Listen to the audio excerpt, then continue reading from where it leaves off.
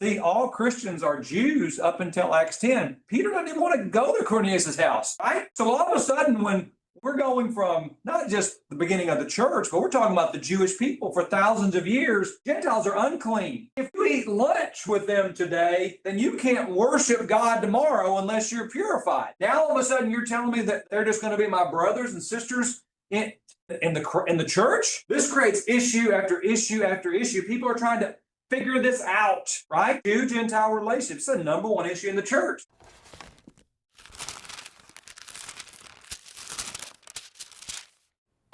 Now, we don't struggle with this issue today because, quite honestly, we're just a bunch of Gentiles, as far as I can tell, right? So this idea, do we have issues in the church today?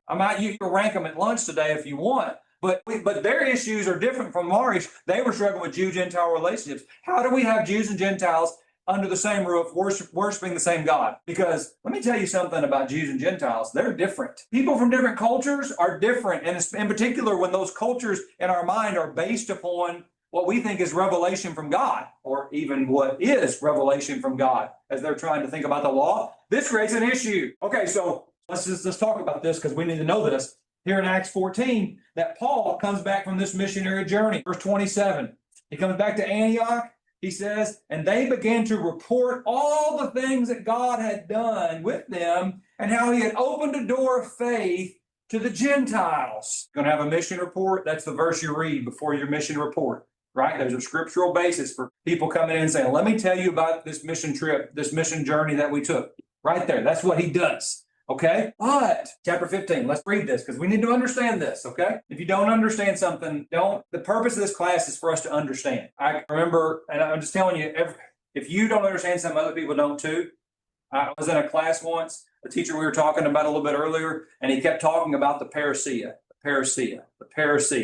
Okay? Now, what the parousia is? No. The parousia is? No. Dave does. Well, I'm going to tell you, I sat through this whole class. I didn't know what it was either. Okay. I was like, I don't know. We talked a lot about it, but whatever the parousia is, right? Finally, I raised my hand. I said, okay, what's the parousia? Well, parousia is talking about the second coming. Right? That's one of those Greek words you ought to know, right? Parousia means second coming. That's pretty simplistic, but understand that's what it is. It's the second coming. Okay. Everybody else in the class said, thank you for asking that because I didn't know either. We were all sitting there. This teacher was just lecturing. Nobody had a clue what he was talking about.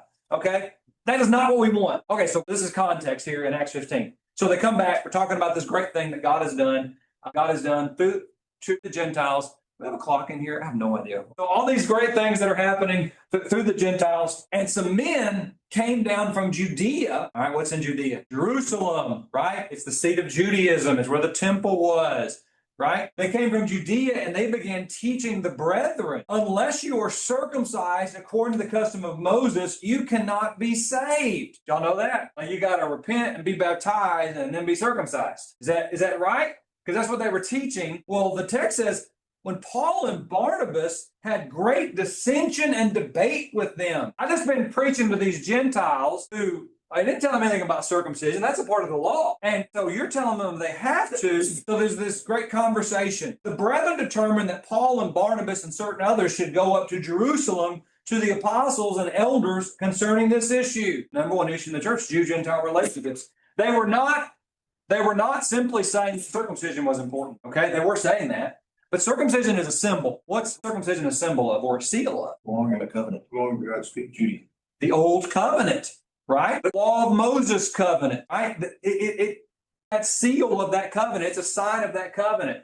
So what they were really saying about the Gentiles was, okay, you guys can become Christians, but first you need to become a Jew, right? You can be a part of our church, but before you become a part of our church, you've got to become this. You've got to become a proselyte. That's exactly. And by the way, the biggest thing to convince people of, and there would be, you think that Sabbath worship would be hard, but try to convince an uncircumcised adult to be circumcised, right? You think it's hard to get people to be baptized. This is a big issue. And so, by the way, who's right about this? Paul's right. Barnabas is right, okay? But they also understand this is a very contentious issue. Why were people struggling to understand this? It was new. It was new. See, this is not new to us. This is like, well, of course, I've actually read Galatians. Circumcision is nothing, right? Give away the end of the story. But this was new to them. So once again, for 2,000 years, they had been God's people. We'll get into this in Romans, right, in a couple days. but they had been God's people. They were clean. The other people were unclean. Circumcision was just a part of that covenant.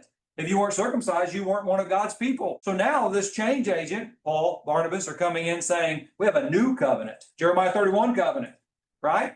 And so, of course, they're going to struggle with these things. Have you ever had something that you thought was true? Someone tried to show you that it wasn't true? Was that difficult?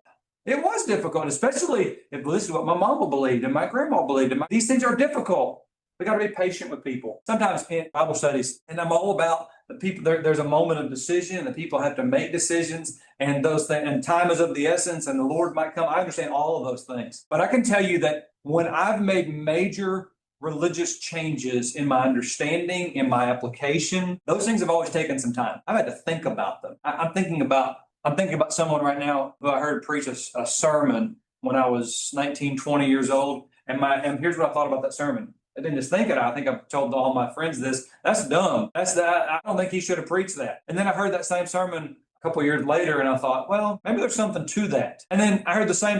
This guy talking. One of his things he talked about a lot. And then I heard that same thing a little bit later, and I thought, I think he's right. Much as it pains me, I think he's right because I'm trying to work. And then ultimately, I preach the same thing today. Now, it took me time, is all I'm trying to illustrate. Be patient with people. And so, part of what Paul and Barnabas are doing, instead of just saying, well, we're right and you're wrong, and you just need to get over it, which they could have said and been correct, but if they had, what would have happened? They would have just divided the church. We got a Jewish church and a Gentile church. Listen, you think we have issues today in terms of race, in terms of ethnic groups in the church? We have nothing on Jew-Gentile relationships. Okay.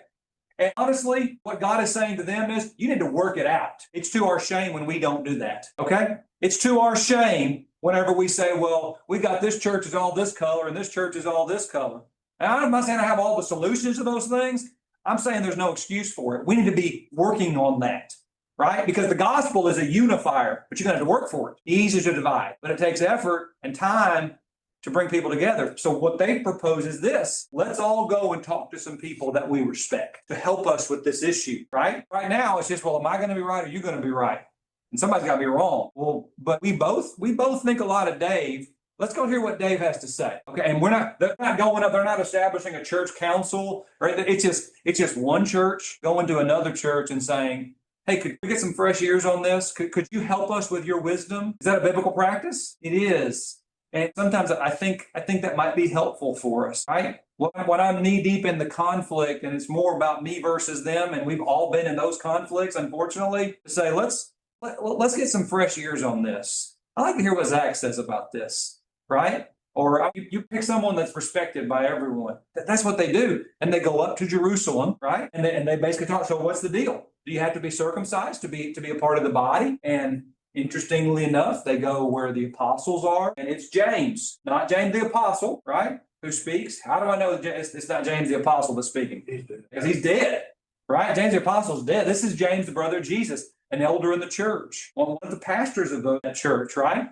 Who had this role where he speaks. And what they come up with in this very public gathering is they say, okay, let's think about Jew-Gentile relationships and what we can do to bring those things together. And they basically create a letter that they take around to these other churches and say, if I could paraphrase, hey, why don't you, I know you don't have to do this, but be conscious of your brother. Be conscious of your brother. It reminds me of what Jesus says about when you're in conflict. Why not rather be wrong, right? We live in this world where we like to say, well, I don't have to. Nobody can make me. That's true. Nobody can make you. It doesn't have to be your problem. But if you care about their soul, you'll make it your problem. You'll be the sacrifice. This is maturity stuff, guys, right? That we're seeing played out. Otherwise, you'll never bring Jews and Gentiles together because it's going to be a point of conflict.